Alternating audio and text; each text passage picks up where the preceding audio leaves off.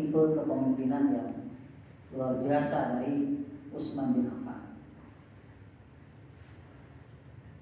Kita sering tahu dalam sejarah bahwa sahabat Nabi yang Khulafaur Rasyidin ini pasti kita tahu umat Islam: Abu Bakar, Umar, Utsman, Ali.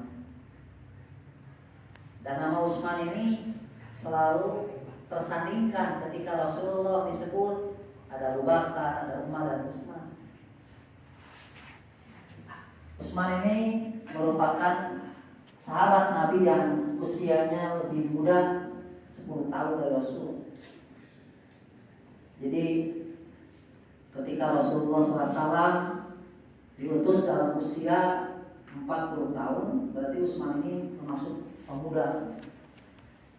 Jadi kebanyakan sahabat Rasulullah yang memeluk Islam itu kebanyakan pemuda. Dan saya lihat para sahabat saat itu kebanyakan para pemuda. Ya, jadi kita perlu pemuda untuk mengawali perjuangan Islam ini. Utsman bin Affan al-Umawi, beliau merupakan dari kabilah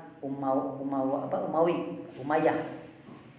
Jadi silsilahnya sama dengan Muawiyah bin Abi Sufyan. Jadi sama saudaranya itu dengan ya. Innalillah. Waktu lanjutkan. Ya. Tas. Beliau ini, Utsman bin Affan ini merupakan sahabat yang tercatat ya, dalam sejarah Islam dengan berbagai keutamaan. Pertama, tentu Utsman termasuk salah satu sahabat Nabi yang kategorinya adalah Asyroh Mubasyiruna bil Jannah.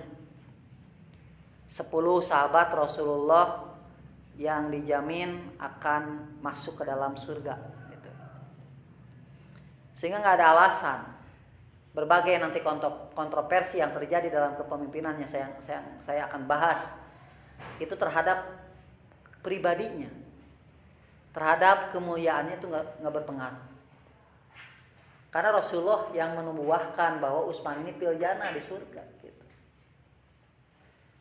Di antaranya Rasul mengatakan Abu Bakar fil jannah, Umar fil jannah, Utsman fil jannah. Utsman di surga. Dan Utsman juga termasuk as-sabiqun al-awwalun. Sahabat Nabi yang kategori terbaik, paling utama, yaitu as-sabiqun al-awwalun, sebagaimana dalam surat At-Taubah ayat 100. Di mana 2 jaminan buat mereka. Pertama adalah tajri tahtal anhar, Allah siapkan bagi mereka surga. Nah ini makanya Rasulullah mengatakan bahwa Utsman ini fil jannah, karena memang dalilnya jelas dalam Quran surat At-Taubah ayat 100. Kemudian beliau juga radhiyallahu anhum, Allah meridhoi. Jadi langkah-langkah Utsman dalam perjuangan bersama Rasulullah Shallallahu Alaihi Wasallam, Allah meridhoi. Inilah patut yang kita teladani, ya. Waladina taba'uhum bi ihsan, dan orang-orang yang mengikuti mereka dengan kebaikan-kebaikannya, dengan ajaran-ajarannya, dengan akidah-akidahnya. Gitu. Kita tahu bahwa Utsman bin Affan ini punya keistimewaan di sisi Rasulullah Shallallahu Alaihi Wasallam. Di antaranya Utsman ini Danurain, ya. pemilik 2 cahaya, gitu ya. Pemilik 2 cahaya. Di antaranya karena Utsman ini menikahi 2 putri Rasulullah. Ketika 2 putri Rasulullah ini dihinakan oleh 2 anaknya Abu Jahal, gitu kan, yaitu Utbah dan Utaibah, diceraikan dua-duanya. Nah ini disuruh oleh Abu Jahal untuk menghinakan Rasulullah karena benci dan anti kepada apa yang dibawa oleh Rasulullah. Maka Abu Jahal menyuruh kedua anaknya untuk menceraikan sekaligus mengembalikan dua putrinya kepada Rasul. Ya. Ini merupakan pukulan yang berat bagi Rasulullah secara sosial, ya. Secara pribadi, ya. Merupakan aib lah gitu ya. Tetapi justru inilah di mana Utsman bin Affan menikahi salah satu putrinya, gitu. Yaitu Ruqayyah, gitu ya. Ruqayyah yang kemudian wafat pada perang Badar, sehingga Utsman ini tidak dapat mengikuti perang Badar. Kenapa? Karena memang menunggu ya, putri Rasulullah ini dalam keadaan yang berat sakitnya, Ruqayyah gitu. Makanya kata Nabi, walaupun Utsman bin Affan itu tidak ikut ke dalam sebuah peperangan yang paling bergengsi dalam Islam gitu. Bergengsi di sini bukan berarti hebat karena hebatnya, tetapi bergengsi di sini karena kedudukan di sisi Allah. Ketika seseorang mengikuti perang Badar, itu akan menyebabkan orang tersebut, kata Rasul, tidak diragukan lagi keimanannya. Orang yang mengikuti perang Badar gitu. Dari waktu harita teh umat Islam jumlahnya cuma sedikit ya, 313, ada yang mengatakan 316, 317 dan sekitarnya. Yang jelas sedikit sekali. Yang paling masyhur ada 313. Gitu. Nah kata Nabi, orang-orang yang ikut perang Badar ini dimafhum oleh Allah sebagai orang-orang yang beriman, tidak mungkin munafik gitu. Ya. Dan layak menjadi khalifah, salah satu syarat menjadi khalifah ini adalah ikut perang Badar. Gitu. Di urang mah namanya presiden nama sebutannya kelayakan ya. Kelayakan. Nah ini diantaranya. Kata Rasul, Utsman ini ikut. Gitu. Makanya menjadi dalil gitu kan, bahwa ada sekelompok orang, kata Nabi, yang tidak ikut berperang bersama kita, tidak ikut berjihad bersama kita, tetapi mereka bersama kita, berserikat dalam pahalanya bersama kita. Yang bagaimana? Misalnya, di antaranya idza maridal abdu aw safara faqataballahu lahu amalahu shahihan muqiman. Barang siapa yang sakit gitu kan. Barang siapa yang dalam perjalanan gitunya, sehingga dalam amalnya tidak sempurna, lamun sakit tidak bisa ke masjid gitu kan, tidak bisa pengajian gitu. Bujang-bujang angkat ke pengajian kan, ke humarurung we enak teh gitu. Atau napi keur bujang bisa sampurna salat teh, walau ge dipiwarang di kosor, jama kosor gitu. Tapi pakataballahu lahu amalu shahihan muqiman. Tapi ku Allah eta si amalna teh disampurnakeun siga keur sehat, jiga keur muqim gitu. Makanya Utsman ini ketika ingin perang Badar, dia udah berniat ingin perang Badar. Tapi karena terhalang maka tidak jadi. Makanya betapa pentingnya kita punya niat gitu. Innamal a'malu bin niat. Sesungguhnya setiap amal itu bergantung kepada niat gitu kan. Bahkan niat itu sendiri lebih baik daripada amalnya sendiri. Jadi kita datang ke sini, saya yakin ketika luruskan niat ini luar biasa gitu kan. Niat itu adalah apa yang disebut dengan niat itu qasdu dalam hati kita, arah jarum hati kita, sehingga Utsman sendiri tidak ikut perang Badar tapi dicatat sebagai Shahibul Badar, orang yang pernah perang Badar gitu. Nah, geletuk pupus Utsman bin istrinya Ruqayyah, terus cek Nabi kuring bari nikahkeun deui nyata sarang rakana gitu. Jadi kengeng istilahnya lamun nikah teh turun ranjang atau naik ranjang gitu nya. Nu teh kengeng teh babarengan gitu di jama gitu. Aya perempuan rai raka disatukan gitu. Dalam Al-Qur'an surat An-Nisa ayat 23 bisa dilihat 22 dan 23. Nah, tidak boleh wa antajma'u bainal ukhtain, menyatukan dalam satu akad pernikahan dua wanita yang bersaudara, teh kengeng gitu. Ruqayyah meninggal, barulah Utsman menikah dengan Ummu Kulsum gitu kan. Nah ini boleh naik ranjang, orang turun ranjang ya. Makanya kata Rasulullah, kalau aku masih punya anak setelah Ummu Kulsum meninggal juga, ya, kalau saya punya anak, maka saya akan nikahkan lagi dengan Utsman. Kalau punya anak, akan saya nikahkan lagi dengan Utsman, gitu ya. Jadi geus kapake Utsman malah jadi minantu teh ya. Gitu. Mata urangnya dalil tah mengkapake ku mitoha teh ieu dalilna teh. Gitu. Lamun boga anak ku saya nikahkeun terus ka adina, terus ka adina gitu. Subhanallah kan. Makanya Utsman bin Affan ini punya gelar Danurain, yaitu pemilik dua cahaya. Itulah yang dimaksud. Dari sisi perjuangan, Utsman bin Affan ini, ya, beliau ini tangannya itu disebut oleh Rasulullah salah satu tangan yang tidak pernah akan merugi lagi. Gitu. Jadi mau inilah cukup. Ini tangan ini tidak pernah merugi lagi. Kenapa? Karena saking banyaknya uluran tangan Utsman untuk Islam, gitu kan. Hartanya banyak dicurahkan untuk Islam, perjuangan bersama Rasulullah Shallallahu Alaihi Wasallam. Pada perang Tabuk, gitu kan, diantaranya sampai Utsman itu menyumbangkan 1000 dinar emas, gitu. Perang Tabuk teh perang bade ngalawan, naon namina teh Romawi, ya. Tahun 7 Hijrah akhir, tapi ari perang mah teu jadi teh. Tapi yang jadi sulit teh persiapanana yang sulit dan perjalanannya menuju Tabuk itu yang berat. Sampai-sampai Rasulullah pada saat itu karena musuh yang dihadapinya sangat banyak, sehingga Rasulullah mengerahkan semua laki-laki Madinah untuk tanpa alasan, tanpa udur, kalau tidak ada udur harus ikut, gitu kan. Kalau tidak berarti dia munafik. Nah, pada saat itu orang-orang pada menyumbangkan hartanya, anu gaduh kendaraanana, anu gaduh ieu. Bahkan ada orang yang nyumbang ngan saukur sasiki korma gitu, Pak. Tuh. Jadi infak dina perang Tabuk ngan saukur nu panggede nama Utsman, anu pangleutik teh ngan sasiki korma gitu. Sehingga aya nu ngangejek gitu. Alah cukup jang naon atunya sasiki korma. Urang oge geuningan buka saum teu cukup sasiki kormanya, sabar siki urang buka saum 5 sikinya ting 10 siki eta ganjil. Nah, wa minhum mayuzimu ka bisadaqat, menyebabkan turun ayat ya pada perang itu ya.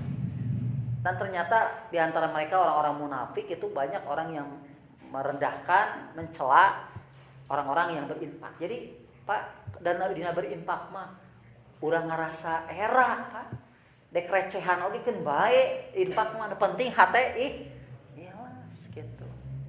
Daripada urang munafik gitu kan, ngasaukeun yang serikeun, aya nu leutik diseungseurekeun, aya nu gede di seungseurekeun, aya nu gede cenah ria tapi infak teh kap tangar ku batur gitu nya. Aya nu leutik, alah meureun recehan gitu. Aya manehna nang urang mah ikhlas teh infak oge gitu. Orang munafik mah gitu. Nah itu Iwatimah rahimakumullah, Utsman teh dipegang tangannya ku Rasulullah. Ieu cenah panangan anu moal rugi-rugi deui. Panangan anu moal merugi deui. Keur mah dina sejarah teh kita tahu berbagai derma-derma Utsman bin Affan buat Islam. Salah satunya sampai sekarang masih ada kan di Timur Tengah itu apa wakafnya ya? Sumurumat, Pak. Ya. Itu sebuah sumur di Madinah yang dibeli oleh Utsman bin Affan dari tangan seorang Yahudi. Jadi baheula teh Yahudi teh raja ekonomi, Pak. Yang merajai ekonomi bukan hanya sekarang, ya. Sekarang itu raja ekonomi Amerika itu George Soros, ya. Itu orang Yahudi. Maka pemerintah lagi penguasa di Amerika mau lepas di kepentingan George Soros, gitu kan.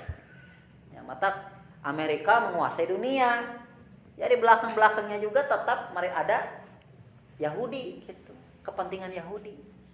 Mata Yahudi mah ku Allah ini padol tukum alal alamin. Termasuk ketika Rasul datang ke Madinah pada saat itu, wah, dominasi ekonomi di Madinah ini dikuasai oleh orang Yahudi. Sampai kenapa dalam bab bayi gitu kan, bab jual beli itu oleh Rasul akan diperlihatkan berbagai macam perjualbelian yang batil. Ada jual beli hasad, Ada dilarang itu ada jual beli syaratnya, ada jual beli riba, jelas eta. Aya jual beli goror, aya jual beli anu sifatna ijonnya. Eta teh ku orang Yahudi sadayana sistem eta. Jadi lamun aya orang Madinah jual kerek kembangan, kerek pentilan, ku orang Yahudi mah diborong. Nya. Diborong dengan harga yang murah ku orang Yahudi mah. Kemudian bagaimana dijual dengan harga yang sangat mahal. Perairanna di mana? Perairan oge dikuasai Yahudi. Masalah bab cai ge gitu. Jadi orang Yahudi mah dijualan deui gitu kan. Teu kengeng ngajualan cai mah, nu kengeng teh ngajual jasa cai nya maksudnya. Ngagalonan eta cai kengeng gitu.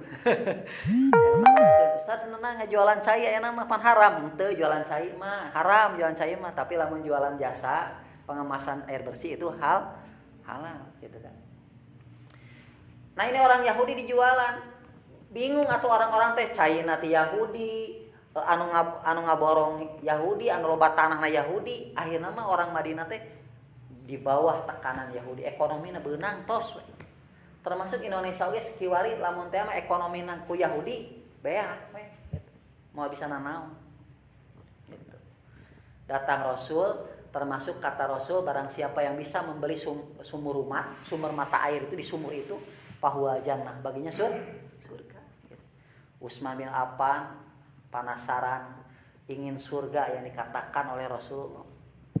Padahal cek Rasulullah Utsman pil jannah. Utsman tadi surga kan?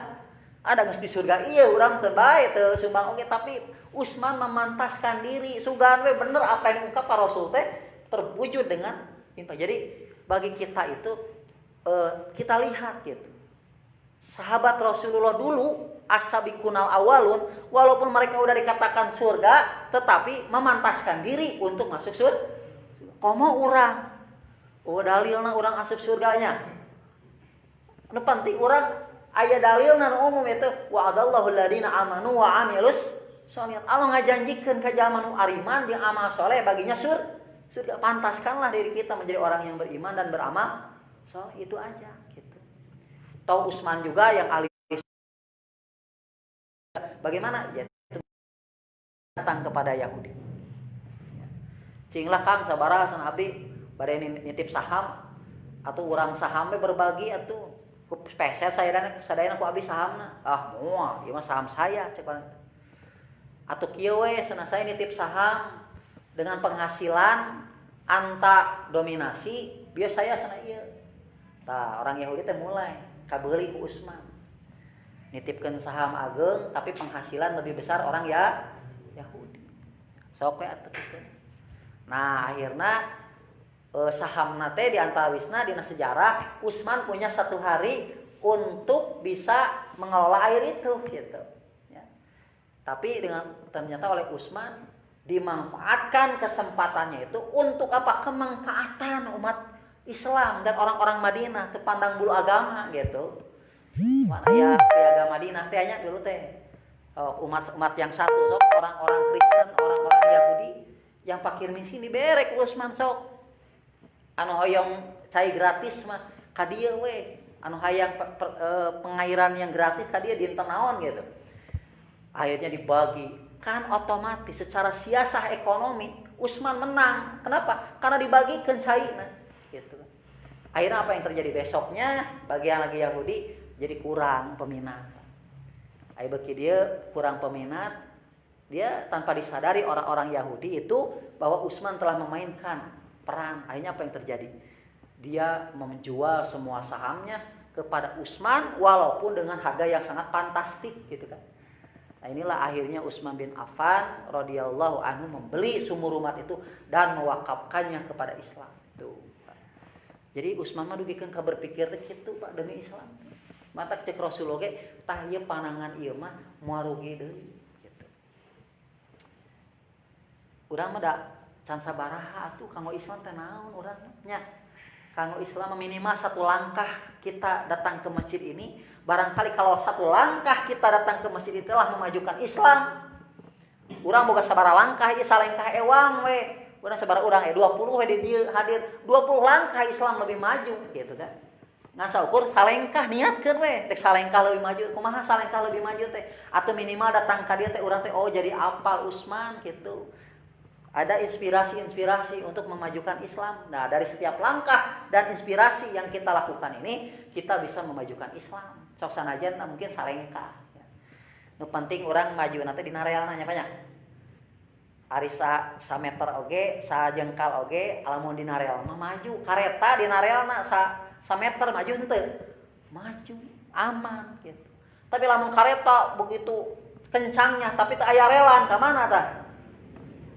Tikus rupanya celaka itu. Nah, yaitu imarahimakumullah seperti itu. Inilah makanya saya ngobrol dengan saudara saya, ya. Dia kerjanya di mana di Israel kebetulan. Ngobrol di Israel ternyata betulnya cek anjeunna teh. Aa sana di Israel mah. Jadi ku pinter-pinterna orang Israel gitu kan. Meni orang Israel mah pinter membuat segala sesuatu, kecantikannya dugikeun ka orang Israel mah gareulis na kulitna teh aralus orang Israel mah gitu. Can pernah ka ditu urang mah nya.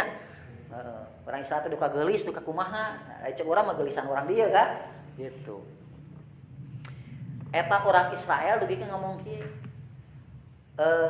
Kalian itu umat Islam itu sebenarnya oleh kami itu dibongsai gitu. Dikerdilkan apa ekonominya dan kami tidak mau kecolongan kedua kali. Dulu kami di Madinah ya dia membicarakan gitu, ternyata orang Yahudi sendiri tahu sejarah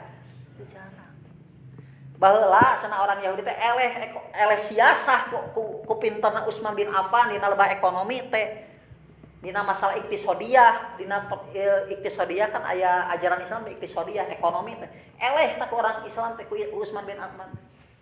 Kami tidak mau kecolongan lagi. Makanya dugikeun ka ayeuna berbagai ekonomi, berbagai produk umat Islam pun menggunakan produk Yahudi. Odol nya sabun eta teh Uni naon Pak? Unilever teh kan dari ya. Amerika, orang Yahudi eta teh Amerika teh. Anu bogana teh. Sebab ekonomi Amerika itu dikuasai oleh George Soros dengan rekan-rekannya gitu kan. Aya kue gini Danone kan. Itu menguasai dunia, bahkan Aqua juga kan dibelinya oleh Danone. Kan bangkrut Aqua teh gitu kan. Mata aya Danone kan aya nama. Ya. Itu dikuasai oleh di saluhur rambut dugikeun kasa usap dampal itu dikuasai oleh Yahudi. Coca-Cola company ya. Company itu juga adalah pusatnya adalah dari Yahudi. Dan tiap lebaran oleh-olehnya umat Islam membeli Coca-Cola. Osok kene ngarinum Coca-Cola. Aduh nyeri lambung seneng nginumna enak teh kuat. Mun baheula urang hobinya Sprite kitu nya. Teh sosor sami henteu. Henteu nya teh sosor mah. Nah ini produk Yahudi. Dan ada orang Islam mencoba mengembangkan Waalaikumsalam. Ada Coca-Cola, ada Medina Cola dulunya. Medina Cola aya nyaingan gitu. Da telap atuh. Produk Islam mah telap wae. Kenapa paradigma berpikir kita udah dicekokin dengan apa? Dengan paradigma produk-produk Yahudi gitu kan. Nah, ini nyimpang dulu kan masalah ieu. Masalah kekinian gitu kan. Masalah kontemporer. Ini harus kita lihat runut sejarah orang Yahudi. Saudara saya bilang di Israel tuh begitu. Kalian umat Islam tuh kami tidak mau kecolongan dua kali orang umat Islam teh. Makanya Muhammad Nasir mengatakan ya, kalau umat Islam beribadah di masjid, berritual, orang Yahudi, orang kafir masih biarkan we, gitu kan. Kalau umat Islam mengembangkan tina ritual ibadah, ayeuna mengembangkan kana iktisadiyah, kana ekonomi, diawasi. Diawasi kata Muhammad Nasir. Awasi euy umat Islam. Aya 212. Rame kan dulunya. Ada produk 212. Wah di kencana aya 212. Telap deui eueuh deui Gunung Tikar. Saha nu meuli na atuh. Ya. Aya deui produk deui di urang HPAI. Nah ini yang harus kita minimal kita saudara kita ini HPAI kembangkan gitu kan. Kenapa? Ini produk minimal tuh meuli odolna sabuna, teu boleh odolna sabuna. Jadi kenapa? Sedikit demi sedikit kita betul-betul orientasi ke Islam gitu. Nah ini loh, iwatu imar rahimakumullah. Nah ini orang Utsman berhasil. Makanya Utsman ini jasanya besar, bisa meruntuhkan dominasi orang Yahudi secara ekonomi. Sehingga Rasulullah SAW pada saat itu bisa membuat masyarakat madani gitu kan. Dengan apa? Dengan empat cara. Afsus salam gitu kan. Tebarkan sok atuh bebenah heula persaudaraan teh. Lamun innamal mu'minuna ikhwatun, lamun benar-benar ikhwah urang teh kudu serius ikhwah teh gitu. Innamal mu'minun ikhwatun. Ya. Ketika ikhwatun, selama ini orang Yahudi pada saat itu zaman Rasulullah memainkan peran bagaimana cara mengadu domba, sehingga di Madinah itu dilemahkan karena diadu domba. Buktinya apa? Rasulullah datang ke sana, ada dua kaum yang berperang wae, nyata Aus dan Khazraj gitu. Jadi orang Yahudi mah bagaimana membenturkan setiap kalangan di elemen bangsa itu, sebuah bangsa untuk mencokolkan kekuasaan. Contoh di Indonesia, kamari ayat 01 ayat 02, urang 03 nya. Gitu kan, dalieur gitu. Dipikir-pikir geus 03 urang gitu. Nah, dibenturkan gitu kan. Itu ada Yahudi di baliknya pasti itu. Ya. Maka oleh Rasulullah dikikis, ahal adulukum alama ala syai'in, inginkah aku tunjukkan kepada sesuatu apabila kalian lakukan akan tahabbtum fillah, kalian akan saling mencintai. Apa? Afsus salam, tebarkan kalimat salam. Assalamu alaikum. Ternyata bisa saling mengucapkan salam teh bukan hanya lisan, tetapi keselamatan doa gitu kan dalam hati, mengekatkan persaudaraan itu. Nah, afsus salam wasilut arham. Ya. Ketika mengucapkan salam, yang dirajut oleh Rasulullah adalah menghubungkan tali silaturahmi yang asalnya permusuhan, adawah menjadi ukhuwah. Makanya Rasulullah menyatukan antara Muhajirin dan Ansor, mempersaudarakan antara Robi dengan Abdurrahman bin Auf, mempersaudarakan orang-orang tertentu dari kalangan Muhajirin dan Ansor gitu. Apa? Silul arham. Ya. Kemudian wa'at imut to'am, berbagilah makanan gitu. Dalam arti isi kaya sholat di waktu gitu kan. Jadi orang lagi nyenyak, orang saat hudang gitu. Ini apa? Bekal ruhiyah gitu. Diperbaiki secara batiniahnya. Nah dengan opat konsep ya umat Islam teh balik gitu kan dari kecengkraman Yahudi pada saat itu. Nah, termasuk salah satunya adalah jasa Utsman dalam aspek ekonomi. Nah, iwatu imar rahimakumullah. Kemudian itu ya perjalanan hidup Utsman bersama Rasulullah. Nah, sekarang bagaimana keteladanan Utsman dalam kepemimpinan? Kita tahu yang menggantikan Rasulullah SAW itu adalah Abu Bakar. Ya, Khalifatul Rasul, pengganti Rasulullah ada Abu Bakar. Dibaiat oleh umat Abu Bakar itu. Yang kedua digantikan Abu Bakar menunjuk langsung yaitu Umar bin Khattab radhiyallahu an. Ketika Umar bin Khattab terbunuh, nah inilah saya pernah bahas kemarin dalam edisi kemarin pembahasan tentang Umar bin Khattab di rumahnya Pak Budi Tauhid gitu kan, di mana Umar bin Khattab ini adalah gerbangnya fitnah Islam gitu. Di mana tamuju kama yamujul bahru, bahwa fitnah Islam yang terjadi dengan kematiannya Umar bin Khattab ini, fitnah itu akan semakin dahsyat sampai akhir zaman gitu. Baheula wae geus rame komo ayeuna umat Islam tercabik-cabik, gelap, penuh dengan fitnah. Urang tehnya dengan adanya corona ge bingung tadi ngobrolnya. Ayeuna mah masjid ge sararepinya. Edek ka masjid oge serius corona. Bahkan ingin membangkitkan pengajian juga sangat susah, sulit gitu. Aya daek dijaga jarak gitu kan. Ya. Di lockdown, ustadzna lockdown. Jamaah oge ayeuna dibikeun ka ayeuna lockdown gitu.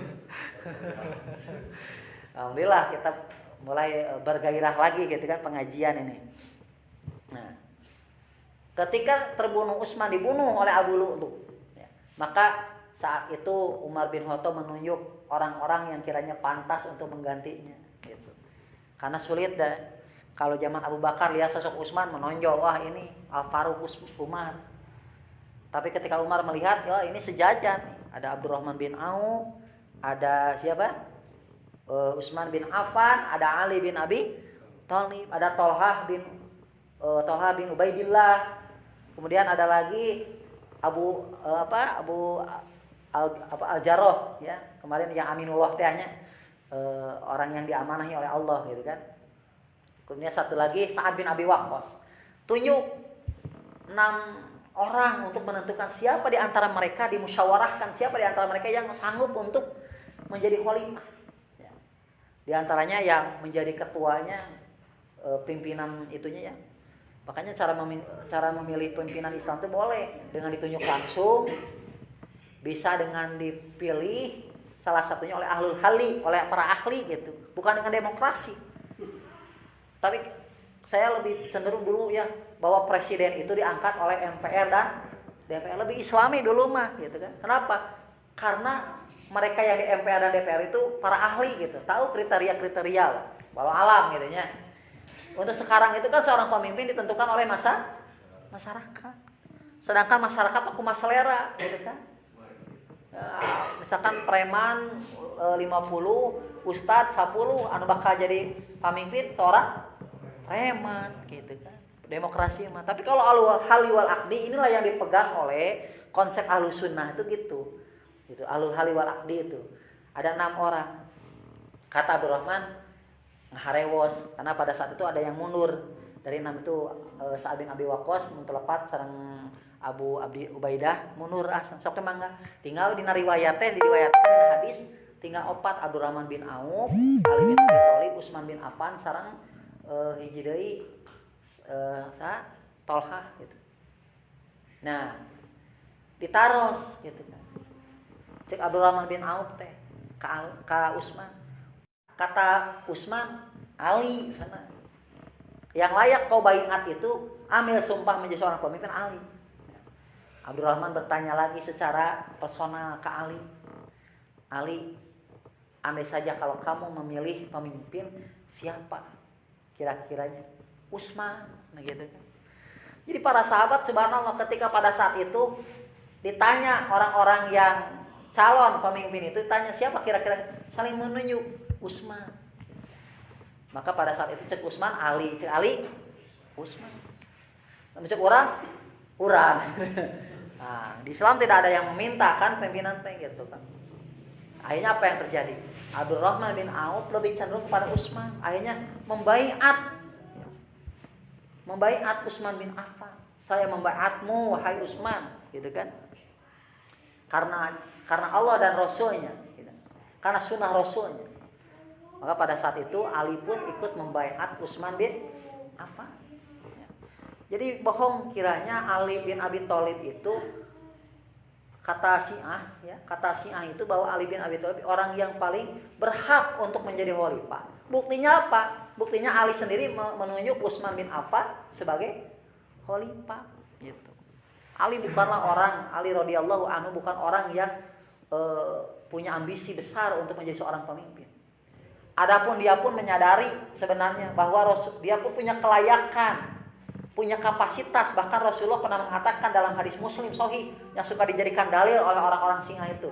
Ya, disebut hari raya Gudirgum, bahkan disebut dirayakan dengan hari Gudirgum. Orang Syiah itu punya 3 hari raya, Idul Fitri, Idul Adha, Gudirgum. Kenapa disebut hari raya Gudirgum? Karena pada tanggal itu Rasulullah mengatakan, "Ya Ali, anta bimanzilati Haruna bi Musa." Hei Ali, engkau ini kedudukannya seperti kedudukan Nabi Harun bagi Nabi Musa. Wala nabi abadi hanjakal teu aya di nabi sabada kami. Cek orang Syiah mah ucapan Ali teh bernilai ucapan Rasul teh kepada Ali bernilai politis gitu. Tah teh cenah penunjukan Rasul secara secara wahyu, secara teologi bahwasanya pemimpin itu harus dari Ali gitu.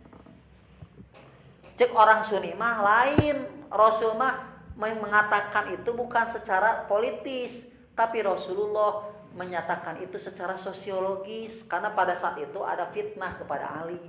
Ya. Bahwa Ali ini pernah fitnah dari orang Yaman, maka di depan mereka secara sosiologis Rasulullah menjelaskan bahwa kemuliaan Ali itu tidak layak difitnah oleh mereka. Maka Rasul mengatakan, anta bimanzilati Harun Nabi Musa. Ali, engkau tertinggi kedudukan, tidak boleh disalahkan, tong boleh.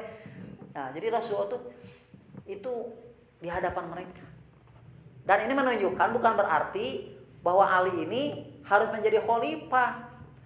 Jadi kia perbedaan Masih Ahmad, pemimpin itu adalah ranahna teologi gitu. Ari urang mah orang Sunni mah tidak termasuk karena masalah pemimpin mah wajib punya pemimpin, tapi masalah siapa-siapa nama menyerahkan gitu, siapapun gitu. Nah, inilah yang membedakan antara doktrin Syiah dengan Sunni. Tah eta teh sok dijadikeun dalil ku Pak Kang Jalal teh. Eta teh ngagunakeun hadis Muslim. Tapi aneh eta teh hadis Muslim teh riwayat para sahabat. Ari sahabatna dikafirkeun, ari riwayatna dipake gitu, aneh. Mata tak sabarna disengsirikeun lamun jeung orang tafsir hadis mah ente mah lieur. Ari hadisna dicopot, ari sahabatna dikafirkeun. Lamun ente mengkafirkan sahabat, omongannya tong dipercaya riwayatnya gitu harusnya. Kan cek orang Syiah mah sahabat teh kafir kabehanana kecuali 3 Mikdadnya. Terus Ali gitu kan. Anu hiji Salman Al-Farisi. Bayangkeun hanya 3 sahabat yang muslim keneh anu lainna mah kafir. Padahal cek Allah radhiyallahu anhum maradu Utsman itu radhiyallahu anhu gitu. Akhirnya Utsman menjadi pemimpin di baiat termasuk Ali bin Abi Thalib. Dan Utsman ini memerintahkan selama 12 tahun ya. Dimulai pada tahun 23 terbunuhnya Umar bin Khattab pada hari Selasa ditusuk gitu kan. Umar bin Khattab tuh ada beberapa hari diantaranya 2 hari kalau nggak salah ya sampai dimakamkannya itu Umar teh minum teh keluar cairna teh dina lambungna teh Pak ngalir. Tapi bertahan fisiknya luar biasanya. Itu kan. Nah, tahun 23 sampai tahun 35. 35 karena Ali 5 tahun ya. Ali 5 tahun gitu. Nah, ketika kepemimpinan Utsman bin Affan ini memang ada unik Utsman mah gitu. Sampai ada beberapa saya lihat paling kontroversi kepemimpinan Utsman itu terjadi pada zaman Utsman. Tapi para sahabat mengakui kepemimpinan Utsman ini lebih lebih elegan gitu Pak. Lebih banyak terobosan-terobosan. Pertama, di zaman Utsman itu banyak pengembangan-pengembangan yang dilanjutkan dari zaman Umar termasuk perluasan dakwah Islam ya. Sampai ke Azerbaijan kan zaman itu sampai Eropa Pak. Islam teh dugi di zaman Utsman teh ke Azerbaijan. Ya. Dugikeun ka Utsman bin Affan mah anjeunna berani untuk memperluas Masjidil Haram gitu. Sahabat nu lain teh berani. Nalika Utsman bin Affan bade ngabebenah Masjidil Haram, Masjid Nabawi. Masjid Nabawi dibebenah ku Utsman, diperluas. Ketika bade diruntuhkeun kan. Orang-orang protes, ribut orang-orang teh. Ya. Utsman abdi teh eta teh kentengna teh ti abdi teh baheula teh kitu nya pelepah kormana teh. Eta tiang-tiangna teh ti abdi. Lamun anta misalkan merubah ini ari wakaf saya mau mengalir deui sakitu. Ieu karpet teh cenah ti Pak Haji teh. Sok sanaja buladus-buladus ge ti Pak Haji. Ayeuna ku ente diganti nu anyar, engke saya mau kabagian deui wakaf salat gitu. Gitu kan. Cek Utsman bin Affan teh laqad taqawwaltum loba omong maraneh teh cenah gitu. Alaisa qala Rasulullah sallam, bukankah Rasulullah mengatakan man bana masjidan yabtagi bihil wajhallah ya. Barang siapa yang membangun masjid mengharapkan ridho Allah, banallahu qasran fil jannah, nanti Allah akan bangunkan dia istana di surga. Jadi maneh teh bakal asup surga. Maneh oge bakal dibangunkeun ku Allah istana, da maneh geus ngabangun masjid. Nah, maneh loba omong ya. dek diganti eta we jadi masalah. Keun bae da pisurgaeun keneh. Yeuh cek Usman teh, aya diganti wakaf teh lain ngaleungitkeun wakaf tapi nyambungkeun wakaf. Jadi sok sanaos misalkan karpet ieu tos teu dianggo ku urang. Da Allah mah innallaha la yudhi'u amala amilin minkum. Allah itu tidak akan memutus pahala kalian gitu. Tong hariwang ieu cenah kentengna diganti atau kentengna abdi teh moal menaungi di jalma salat, bae digantikeun nu anyar teh disambung ku Allah pahalana gitu. Jadi sempit benernya para sahabat teh. Matak orang Arab saurna nya kalau ka masjid mah sumanget Pak. Bade ngabangun di dieu masjid, jadi wae masjid mah. Tapi lamun ngabangun sakola madrasah rada hese.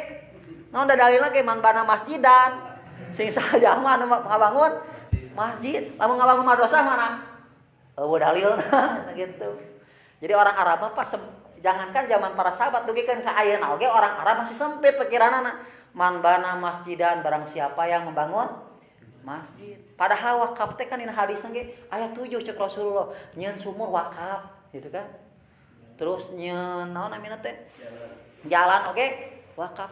Abdi mah cenah moal ngabangun masjid dan nyieun masjid sa RW sa RT atuh loba masjid teh. Di dia oge kosong keneh kan? Ieu hama nyarieun masjid we. Ada di Siantara gitu. Entos we ayeuna mah wakaf jalan gitu kan, katincekan, jalan melalui loba manfaatna nya. Bahkan cek Imam Al-Maraghi mah kalebet lampu. Lampu itu termasuk 7 listrik. Batur teh nya jalan ka pipir urang teh tararajong gitu kan, gartihan. Cing atuh make lampu atuh tong paditing pali sabarawatnya. Tah selama lampu itu menyala, setiap orang yang melewat itu pahalanya akan mengalir. Tuh kan. Utsman bin Affan tuh cerdas. Ya. Kalian banyak omong. Kemudian iwatu imarimakumullah, 6 tahun pertama Utsman bin Affan tuh banyak terobosan, Pak. Tapi 6 tahun berikutnya mulai fitnah, Pak. Ya. Di antaranya 6 tahun kedua itu banyak kritik dari para sahabat yang Utsman teh gaya hidupnya berbeda dengan gaya para khalifah sebelumnya. Kalau Abu Bakar dengan sederhana, kalau Utsman dengan Umar sangat sederhana. Kan Umar mah dugikeun ka beunghar jadi sangsara Pak jadi presiden teh. Ketika mau teh loba hutang Umar mah. Bayangkeun hutang pribadi nya. Bayangkeun di urang mah anu asal sangsara bakal beunghar jadi pamimpin. Ieu mah Umar teh beunghar jadi sangsara. Anu asal mah rajin ka mana? Rajin ka pasar atuh Umar bin Khattab teh. Rajin ka pasar, konsen we di pasar gitu nya. Gitu. Ari ayeuna rajin ka kantor gitu kan, akhirnya jadi sangsara Pak. Ari Utsman mah asetnya banyak, jongkonya banyak, tenang we Utsman mah, dia jadi presiden tetap banyak usahanya, gaya hidupnya pun berbeda. Sampai dikritik Utsman anjeun mah ngopi muni lamun tuang bebarengan seperti ini. Nah, tapi Utsman bin Affan gayanya ya memang seperti itu. Sampai akhir-akhirnya yang menjadi fitnah itu Utsman tuh di akhir kehidupannya banyak mencopot apa? Jabatan-jabatan strategis. Sahabat-sahabat senior salah satunya Sa'ad bin Abi Waqqas dicopot dari gubernurnya gitu. Nah, iwatu iman inilah yang menyebabkan perselisihan bibit awal perselisihan antara sahabat senior dengan Utsman bin Affan. Sa'ad bin Abi Waqqas dicopot jabatan diganti ku Marwan, ku dulurna gitu. Saya husnuzon kepada Utsman bin Affan. Saya baca dalam Tarikh Al-Khulafa, barangkali Utsman bin Affan itu ingin mengamankan situasi politik. Situasi politik teh teu kacengkram, sugan ari ku orang dekat mah. Kan ieu teh kadang fitnah, muncul Khawarij kan? Muncul aliran naon teu kadetek, ieu teh aliran mana? Ieu teh aliran Khawarij, Murji'ah, gitu kan Syiah mulai muncul kan? Mata orang deket heula. Saya husnudonnya seperti itu ke Utsman bin Affan. Gitu. Tapi ya yang namanya manusiawi akhirnya terjadi gejolak sampai puncak-puncaknya ketika Utsman bin Affan menempatkan saudaranya yang di Mesir, kemudian di Mesir itu dia berbuat dolim dan banyak yang mengadu kepada Khalifah Utsman, tapi kurang direspon gitu. Ya, kurang direspon. Akhirnya para sahabat Nabi berembuk, Sa'ad bin Abi Waqqas, Abdullah bin Mas'ud, Abdurrahman bin Auf dan yang lain-lainnya berembuk bagaimana caranya. Kita ini aja ganti paksa Utsman ini untuk mengganti. Akhirnya Utsman sok ayeuna mah ganti tah. Ieu teh dulur anjeun teh dolim. Akhirnya Utsman bin Affan menulis surat gitu kan. Lalu mendelegasikan kepada Muhammad bin Abu Bakar gitu kan. Nih Muhammad bin Abu Bakar ente sebenarnya jadi gubernur ganti ke dulur Utsman ka ditu di Mesir. Tapi ketika di perjalanan ada seorang laki-laki yang menyusul rombongan Muhammad bin Abi Bakar, putra Abu Bakar, anu didelegasikan kanggo janten gubernur. Ternyata dina waktu harita ditewak ku Muhammad bin Abu Bakar, ari ente saha cenah gurung gusu. Diinterogasi, ternyata dalam bajunya terdapat surat yang dicap oleh cap khalifah yaitu Utsman bin Affan. Apa isinya? Kalau kamu telah menerima yang namanya Muhammad bin Abu Bakar, maka bunuhlah dia. Ditandatangan ku saha? Ku Utsman bin Affan. Tadi dinya fitnah terbesar teh. Dicanak, direbut, ditunjukkan ku Muhammad bin Abu Bakar. Bagaimana dengan pendapat kalian? Bahwa Utsman bin Affan yang selama ini menjadi khalifah yang kita tuntut untuk mengganti saudaranya, ternyata tega-teganya dia itu harus membunuh diri saya. Akhirnya Muhammad bin Abu Bakar Pak gabung dengan para demonstran Pak. Nah, jadi situasi politik dina waktu harita dina akhir-akhir kehidupan Utsman seperti itu. Ya. Utsman tadi kepung bumi nate Pak. Bumi nanti kepung salami 20 hari lebih. Dugikeun ka waktu harita Utsman bin Affan teh kaseepeun logistik tuangan leuteun. Sampai-sampai dia mengatakan menyurati kepada Ali. Ali pada saat itu seakan-akan membiarkan gitu. Inilah yang menjadi fitnah besar lagi bahwa ada tuduhan bahwa Ali bin Abi Thalib itu membiarkan Utsman untuk sengsara gitu. Pada saat itu Ali bin Abi Thalib dengan rasa iba mengutus Hasan Husain, bahkan para pemuda Islam ya, diantaranya ada Usamah dan yang lainnya itu untuk mengantarkan air, tapi dipanah Pak, dipanah Husain ka panah Pak, ulah berarti situasi kondisi politik negara, kondisi Islam pada saat itu sudah tercabik-cabik, termasuki dengan berbagai kelompok aliran ya. Ayah Khawarijnya ayah termasuk seperti zaman Pak Harto, pas terguling Pak Harto teh tahun 88 di luhurna mah ya Amin Rais gitu kan. Ternyata bersama Amin Rais mararasuk saha?